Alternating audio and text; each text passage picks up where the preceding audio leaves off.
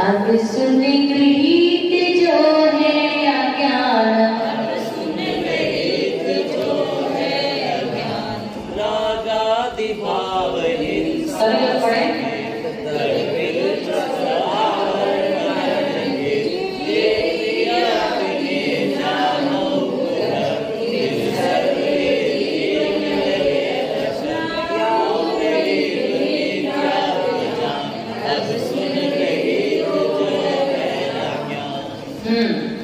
कुदरत का लक्षण क्या है? रागादि भाव हिंसा समी।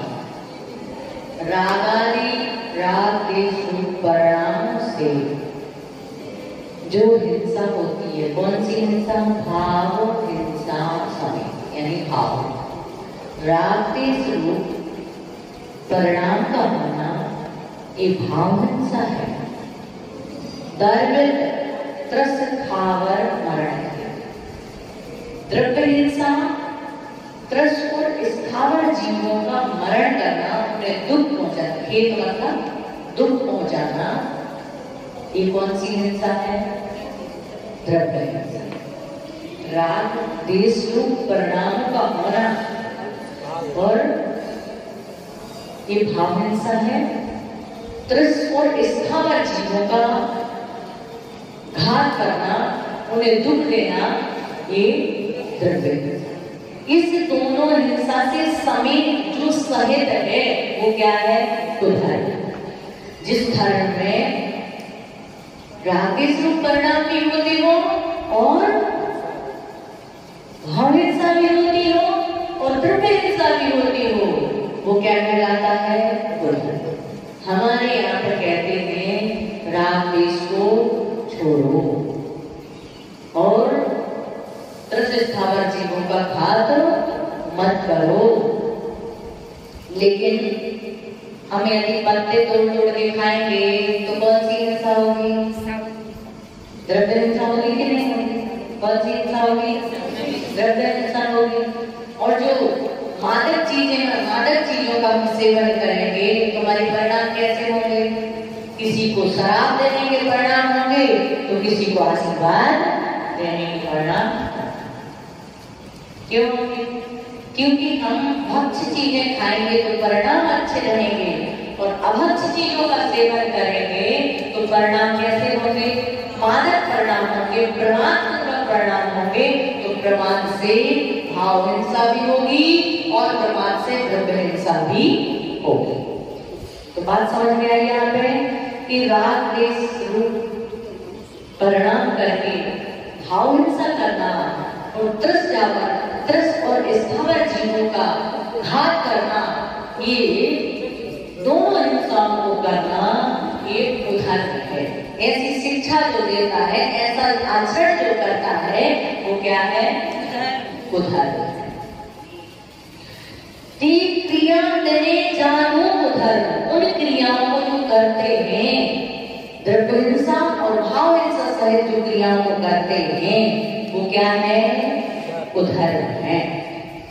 तिन सरने जीव लहे असर, उनको जो श्रद्धा करता है वह असर मतलब दुख को प्राप्त होता है। असर मतलब दुख, जो इनको करता है वह दुख को प्राप्त होता है।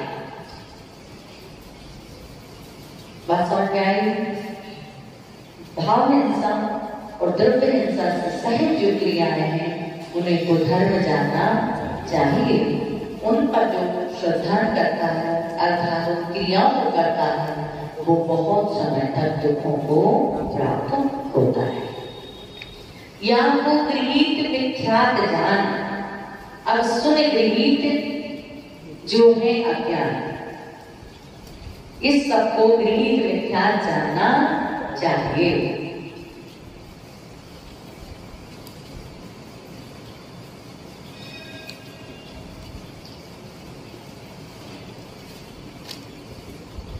अब यहाँ पर गृहीत मिथ्या ज्ञान के स्वरूप को आगे कहेंगे। इन पर श्रद्धा करना,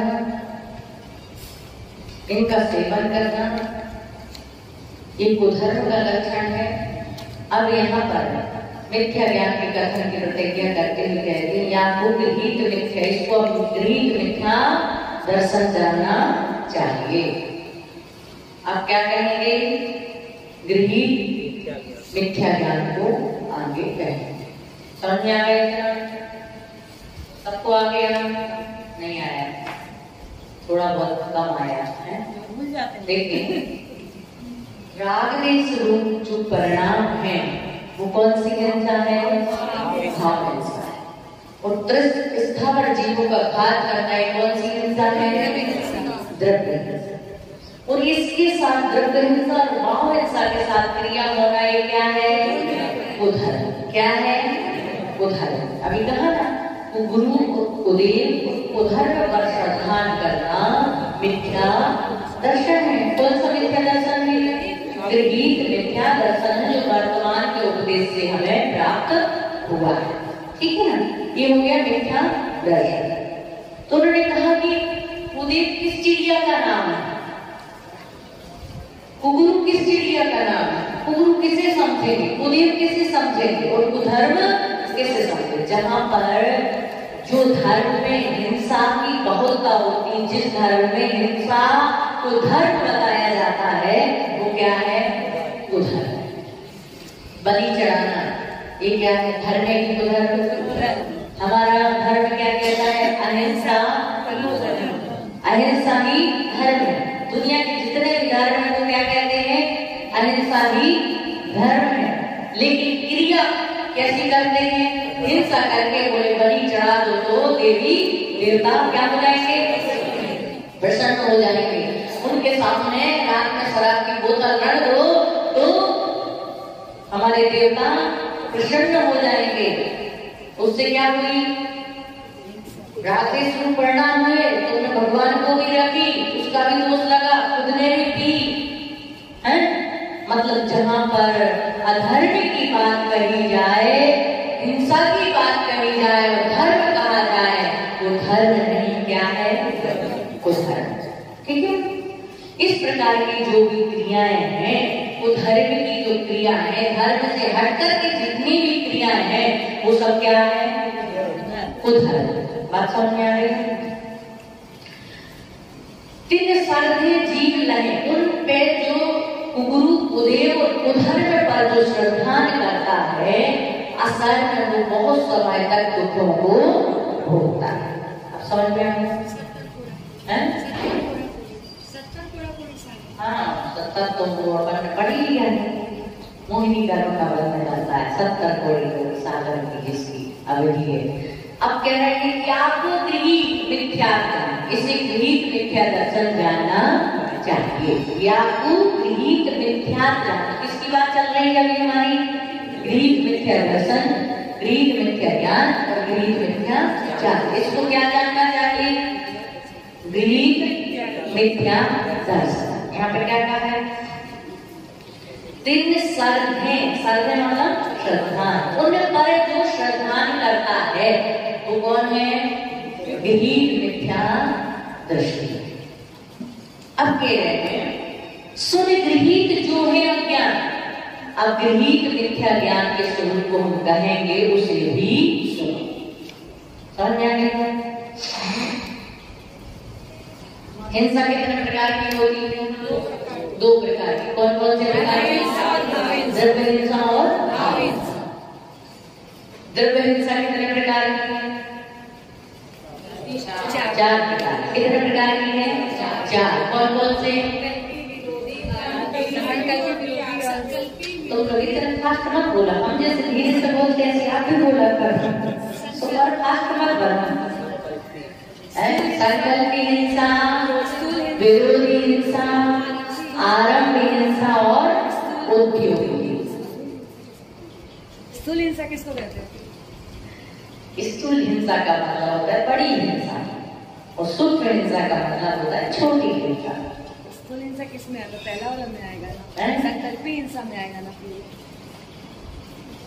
स्थूल हिंसा का मतलब होता है कि जैसे हम जान करके कोई हिंसा कर रहे हैं, कोई स्थूल हिंसा में आ जाएगा। ठीक है? लेकिन हम चल रहे हैं, लेकिन दिख नहीं रहा, बहुत सारे जीव हमारे द्वारा मरण को प्राप्त हो रहा है, वो कौन सी हिंसा हो जाएगी? सूक्ष्म हिंसा है, ठीक है। ये सूक्ष्म स्थूल की अलग, ठीक है। और वही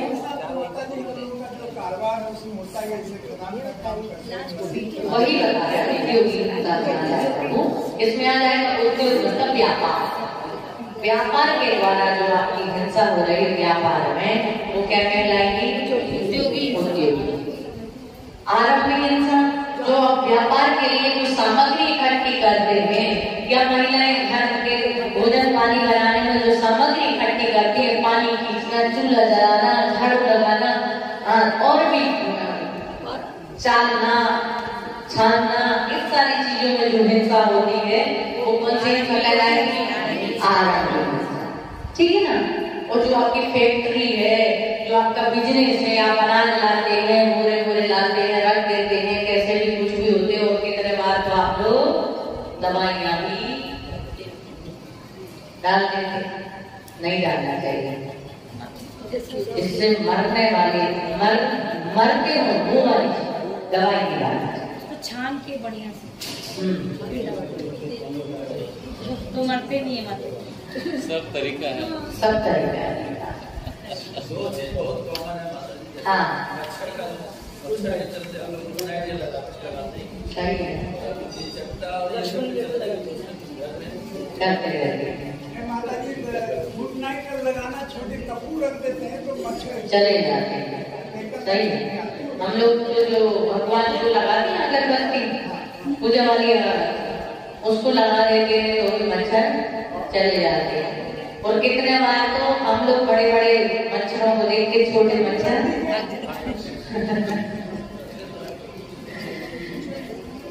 तो कहने का मतलब यही है कि ये जो हिंसा है, जो आपने दवाई डाली, आपको पता है कि इससे जीव मरने वाले हैं, ये हो गई स्थूल हिंसा। कौन सी हिंसा हो गई?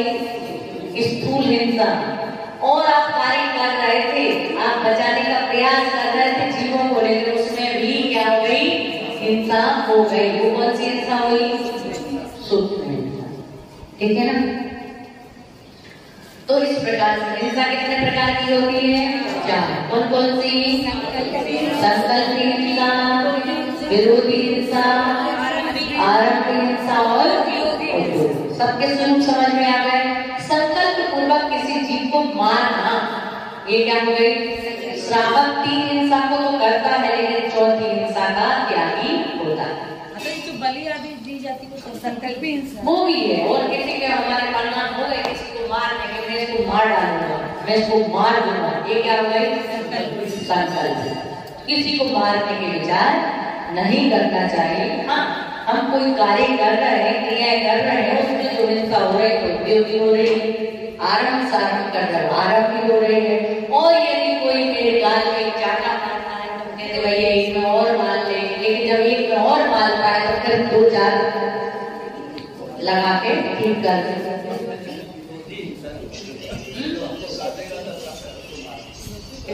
एक्शन या रिएक्शन वो अज्ञानी जीव है। वो क्या है? अज्ञानी जीव। हम अज्ञानी नहीं है। दुर्जन में और सज्जन में क्या होता है? एक कथा में गाता है कि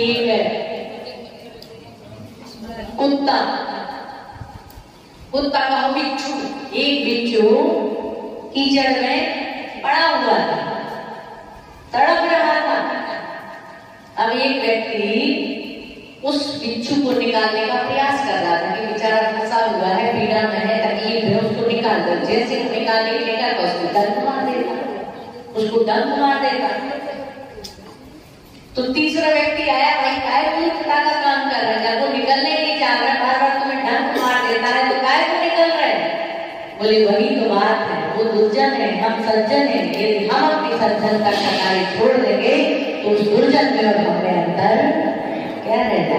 यदि गला में लात मारे और हम पलट के गले को लात मार दें तो गला कौन?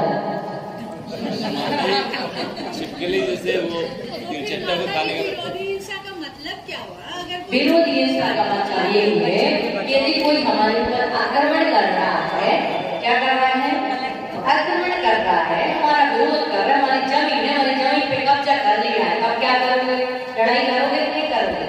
उसमें आपके परिणाम खराब होंगे कि नहीं होंगे, उसको गाली दोगे कि नहीं दोगे, उसको चार गलत शब्द बोलोगे कि नहीं बोलोगे, ये क्या हो गई विरोधी। हमारे ऊपर कोई आक्रमण करे, जैसे राजा महाराजा होते थे उनके ऊपर कोई आक्रमण करता था, लेकिन वो दोनों समझदार हैं, दोनों मन सहित जीव है, लेकिन मच्छर मन से रहित जीव है। क्या है? मन से रहित जीव है, इसलिए हम उसे मार या उसको पीड़ा नहीं पहुंचा सकते। ठीक है ना, समझ में आ गए?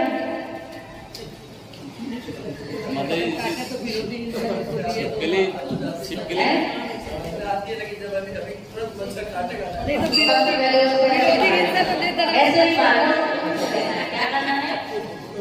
फूंक दो। क्या कर दो?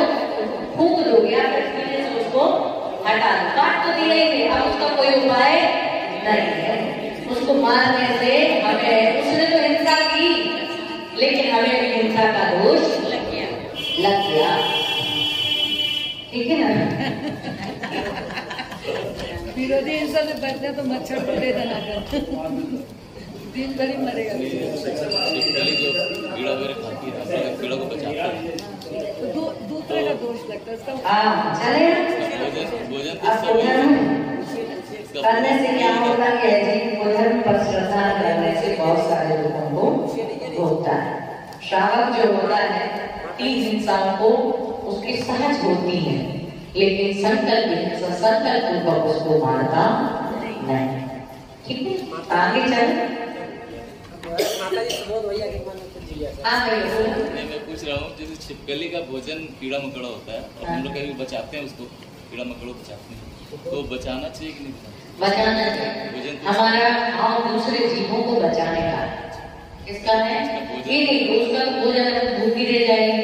हमारे सामने यदि कोई कृत्य हो रहा है तो हम उसे बचाने का प्रयास करना चाहिए, करेंगे। ये हमारे श्रावक का कर्तव्य है। वो अपना कर्तव्य कर रहे हैं, हम अपना कर्तव्य करें। ठीक है। अब ग्रीक मिथ्या ज्ञान का लक्षण क्या है, इस बात को बताते हुए कहते हैं, एकांतवाद दूषित समस्त विषयादिति पोषक या प्रशस्त। एकांतवाद दूषित समस्त विषयादिति पोषक प्रशस्त।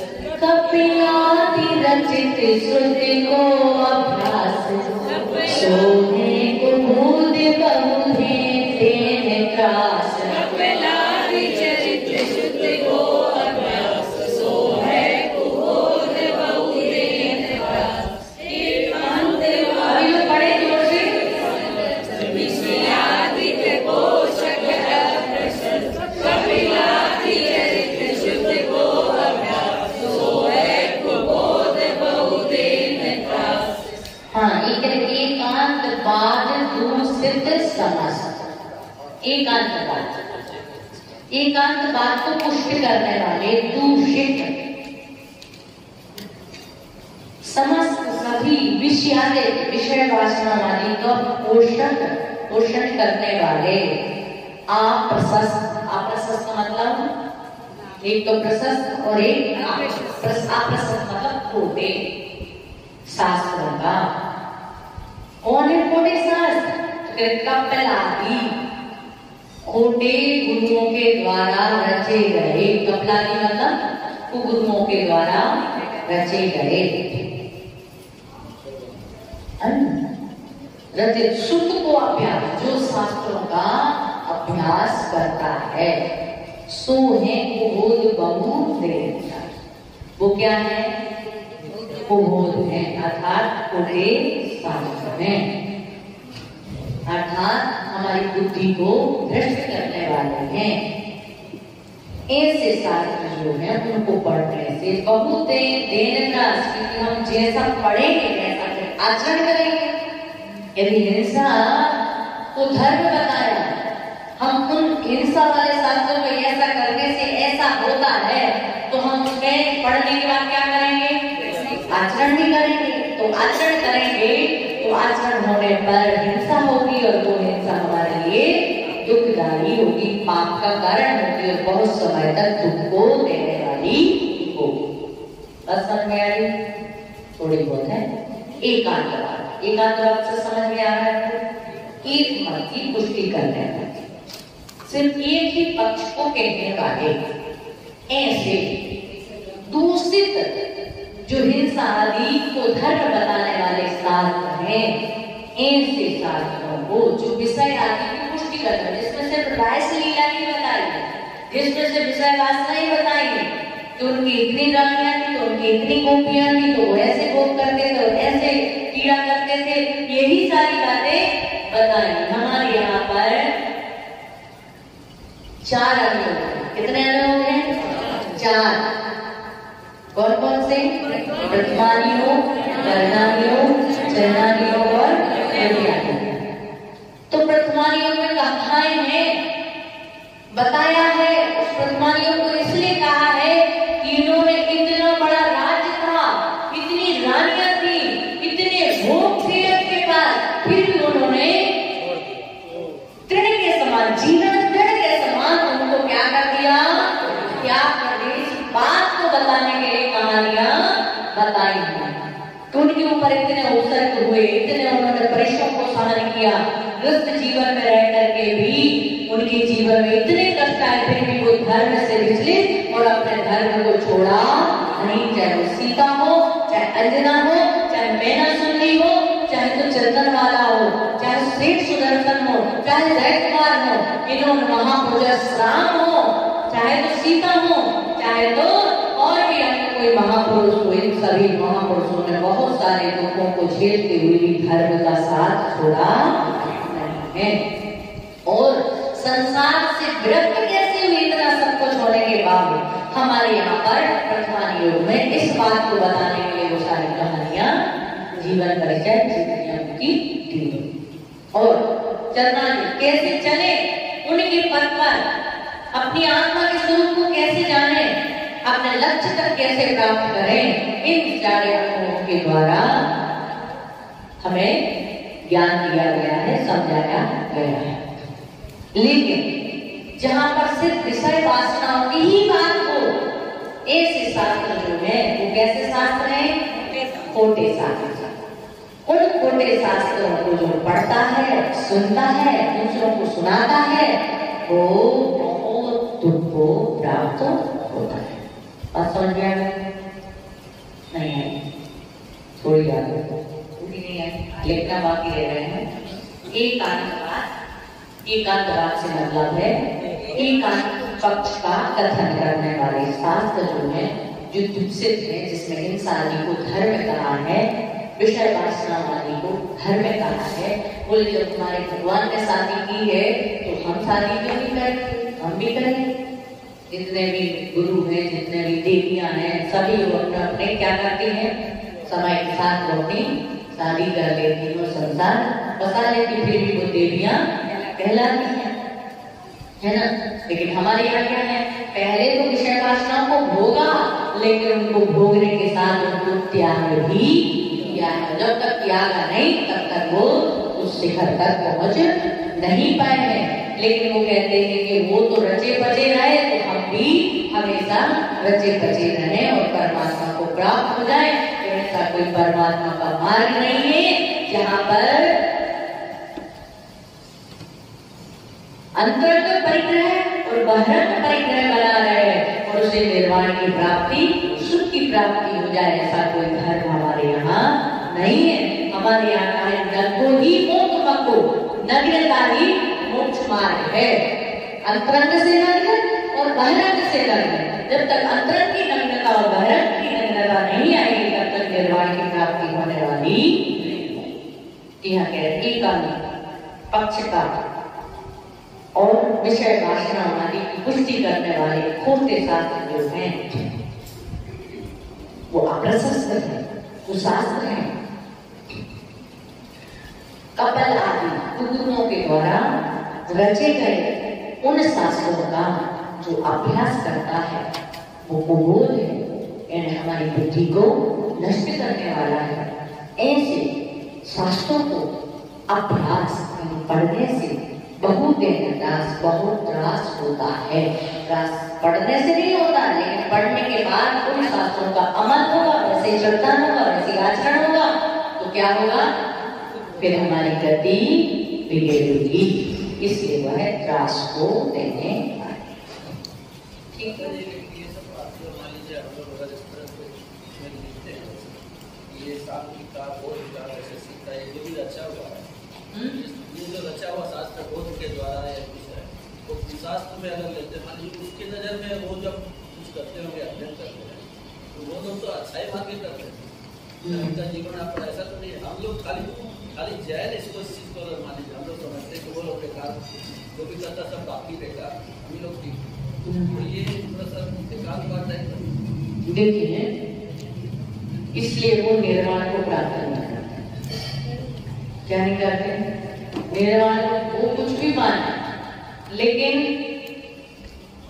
हम कुछ भी माने, लेकिन जब तक हम स्यादवाद अनेकांत बात से जो बात सिद्ध नहीं होती, वो बात मान्य नहीं। चाहे हम जीएन क्यों ना हो या कोई भी, जिस बात को अनेकांत से स्यादवाद से सिद्ध किया गया है, वही बात मान।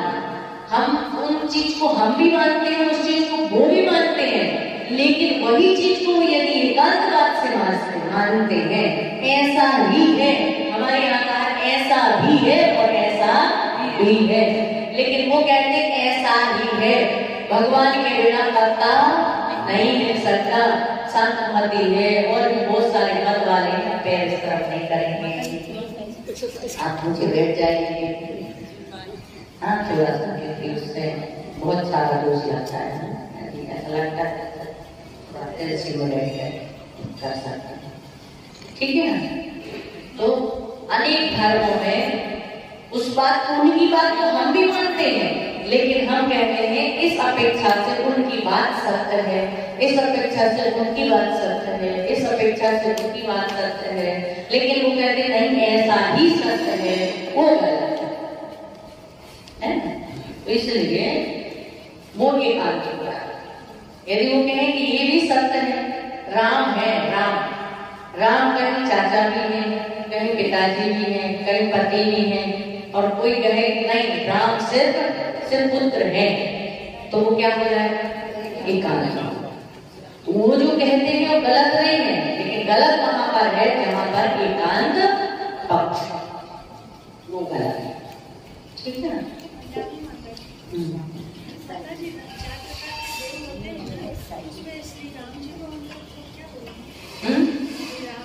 देखो, राम जो है, ये लोग वैष्णव वाले मानते हैं राम होता है, वो सभी भगवान को राम रूप मानते हैं, लेकिन हमारे जो रामचंद्र भगवान हैं वो निर्वाण को प्राप्त हुए, है ना?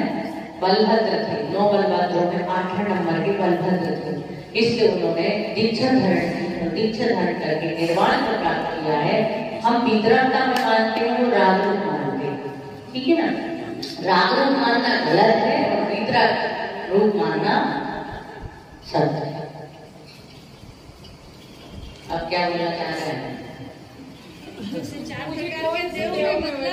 4 प्रकार के देव हैं, तो देवादी देव हो गए, जिन्होंने निर्वाण को प्राप्त कर लिया तो देवादी देव हो गए। राम देव हो गए 4 प्रकार के जी। राम जी जो हुए जैसे अस्त्र शस्त्र या कुछ भी तरह के। अरे तो हमारे यहाँ तो निर्वाण को प्राप्त हो गए थे, किसको प्राप्त हुए? वो चलेगा जी।